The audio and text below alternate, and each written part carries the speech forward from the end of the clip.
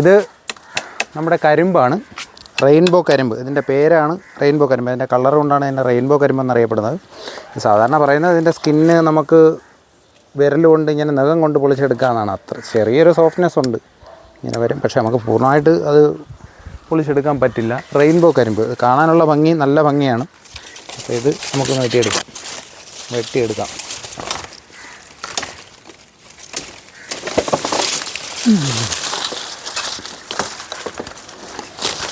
ഉണ്ടോ, സൗണ്ട് ഉണ്ടോ?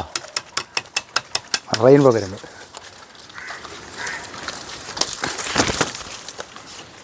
പിടിച്ചേ.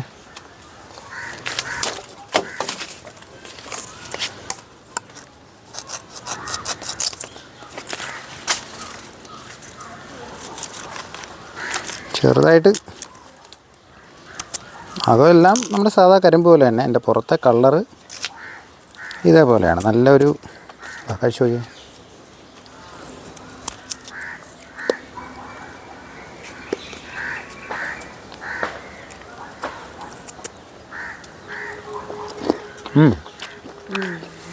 അടിപൊളി മധുരമുണ്ട്.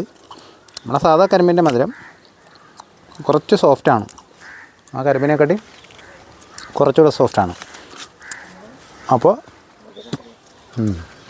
അപ്പോൾ നമുക്ക് ഒരു ഗാർഡനിൽ ഷോയ്ക്കായിട്ടാണ് ഇത് മെയിനായിട്ട് വളർത്താവുന്നത്. പിന്നെ സാധാ കരിമ്പ് കഴിക്കുന്ന പോലെ കഴിക്കുകയും ചെയ്യാം. എല്ലാവരും പറയും ഇതിൻ്റെ സ്കിന്ന് ഹാർഡാണെന്ന്, സോഫ്റ്റ് ആണെന്ന് പറയും. പക്ഷേ അത്രയ്ക്ക് ഹാർഡല്ല. പക്ഷേ നമുക്ക് സാധാരണ പറയുന്ന നെയിൽ വെച്ചൊക്കെ അത് പൊളിച്ചെടുത്ത് കഴിക്കാമെന്നാണ്. അങ്ങനെ ഒരിക്കലും പറ്റില്ല. പക്ഷേ നല്ല മധുരമുണ്ട്. ഇത് ഒരുമിച്ച് നിൽക്കുമ്പോൾ കാണാൻ നല്ല ഭംഗിയാണ്. ഇവിടെ ഒരു ചട്ടിയിലാണ് വെച്ചിരിക്കുന്നത്. കണ്ടോ, ഇത്രയും ഒരു 5-6 തണ്ട് വന്നിട്ടുണ്ട്. ഇത് 2 കട്ട് ചെയ്തെടുത്തതാണ്. ആ ഭാഗത്ത് നിർത്തിയിട്ടുണ്ട്. 3 പോട്ടിൽ റെയിൻബോ കരിമ്പ് നട്ടിട്ടുണ്ട്.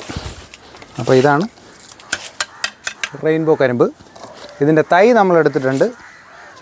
ഇതിൻ്റെ ഏകദേശം ഒരു 10-200 തൈ റെഡിയാക്കി വെച്ചിട്ടുണ്ട്. ഓക്കെ, റെയിൻബോ കരിമ്പ്.